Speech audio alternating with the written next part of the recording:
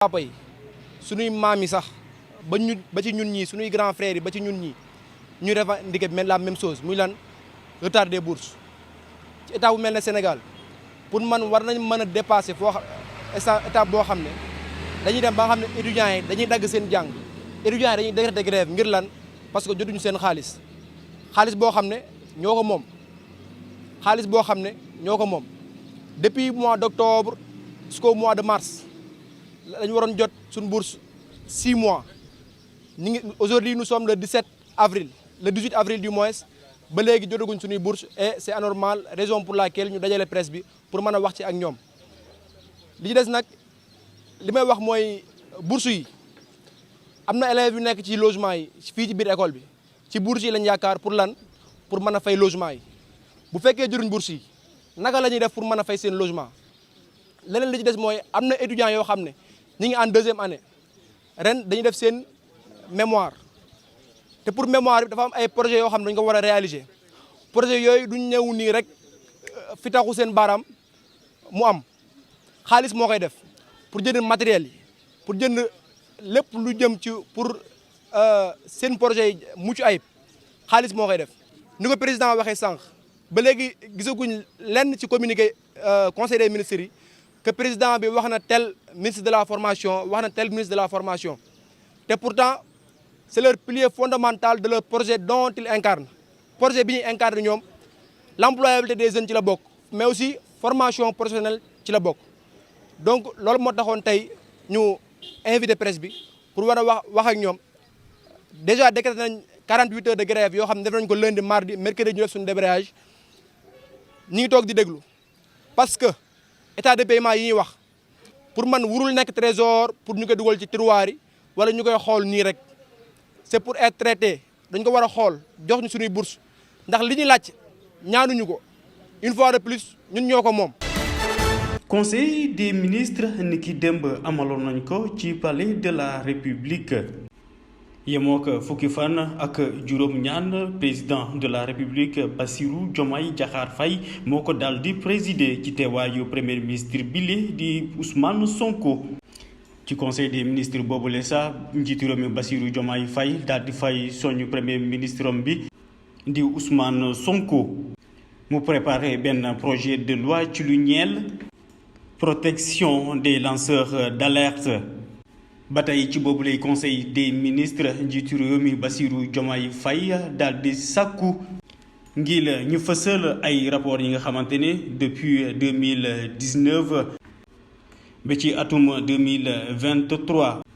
mu nekk juróomi at yi nga xamante ni daanaka kenn fësalul ay rapport yi tukkee ci OFNAC Cour des comptes IGE loolu lépp ngir saytu li nga xamante ne moo nekkoon yorinu réew mi ci boobu lay conseil des ministres daanaka mesures yi ñu jotoon na jël ci boobu leen ndaje dafa bëri lool yi ci mel ni création ci palais de la République direction des affaires religieuses et de l'insertion des diplômés de l'enseignement arabe ñi nga xamante ne dañu daal di yor ay lijaasa yu tukkee ci kàllaamay arabe. beneen décision bi nga xamante ne jëloon nañu ko ci boobulay conseil des ministres mooy di ne président de la République daal di sàkku ngir ñi saytu contrat bu tukkee ci wàllum ndox yi ci mel ni ONAS SDE. président de la République Bassirou Diomaye Faye daal di sàkku premier ministre bi le ngir mu amal conseil des ministres ngir préparer li nga xamante ne mooy tabaski bi ñu dëdmal ak beneen conseil des ministres ngir préparer nawet bi bés préparation aj 2024 mën nañ ci yokk ni tamit ci ay décisions yu tukkee ba tey ci boobu lay conseil des ministres mooy appel à candidature ci yenn direction générale yi. muy personnel ONAS dañ fi nekk yàgg fi boo ONAS amee ba léegi amuñu benn possibilité pour am dëkkuwaay ñu ngi koy ñaan di exiger à ce que mu jàppale ñu ci loolu. problème prestataires yi aussi c'est un problème qui est très délicat prestataires yi imaginez ñoo nekk fi plus de 25 ans de service ba léegi. ñu ngi demander à ce que ñu embaucher leen te ba je pense que il est temps que tamit ñu ñaan yàlla DG bi mu def le tout pour lijjanti leen. vu les résultats bi nga xam ne mooy nawetu daaw ñëpp yéen teg ngeen si seen bët ONAS il a fait un travail exceptionnel extraordinaire léegi nag loolu ñun on n'est pas là pour polémiquer kii def na lu baax wala kenn doo loolu di suñu prérogative. suñu prérogative mooy lan lu ñu war a def suñu devoir mooy yëkkati def la tout ba liggéey bi dox à chaque fois ñu koy wax doléance ONAS bi dañuy ñaan yàlla mu gën koo def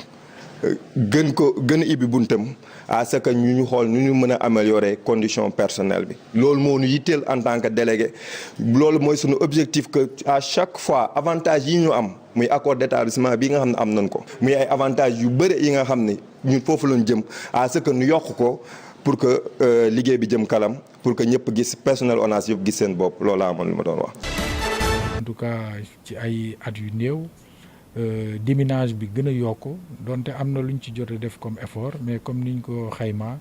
des na lu toll ay millions ak genn wàll ci ay mètres carrés yoo xamante ni war nañ ko diminuer waaye aussi loolu pour mu mën a nekk gis nañ ni am na koppar bu takk bu ci war a dugg ñu xayma ko ci 13 milliards. te loolu yaakaar nañ ni état dina ci dox ay jéego waaye aussi yeneen partenaires yi mën nañ cee jàppale état pour que loolu mën a yemb parce que loolu moom mooy permettre askan wi ñu mën a dellu fa nga xamante ni fa lañ nekkoon continuer di bay continuer di napp continuer di liggéey yi nga xamante ni moom lañ daan def te ci wàllu woowu loolu moom moo leen di permettre ñu bañ a xaar ndimbalu état pour mën a compter ci seen bopp pour mën a wéyal seen nekkin ci nu mu gën a rafetee donc loolu dinañ ci xar sunu tànku tubéy ànd ci ak partenaires yëpp am na ay kuréel yu fi nekk yoo xamante ni am na ay jéego yu ñu ci jot a def gis nañ ci ANRAC parce que am na ay contribution yu am solo yu mu joxe mais yooyu doyul donc ba tax na dañoo war a gën a boole sunuy doole boole yi nga xamante ni ay possibilité la yu am fii pour que ñu gën a mën a taral loolu gën koo baral donc loolu moom moo doon wax bi en tout cas di ci profiter aussi di gën a tàllal loxo ñëpp ñu nga xamante ni ñu ngi fi te yaakaar nañ ni jàmm ji war na am pour que ñu ñëw ak état ànd ak moom pour que jàmm jooju mën ko tabax mën ko suuxaat. ñëpp xam nañ ne ay at depuis at yi ci gannaaw Casamance am na dal. am na tekkaaral boo xam ne dañ ko nemmeeku muy accalmie boo xam ne dafa am solo ginnaaw dal boobu ay dëkk yu bëri ay population yu bëri dañoo wane seen bëgg-bëgg dellu fi nga xam ne moom mooy seen dëkk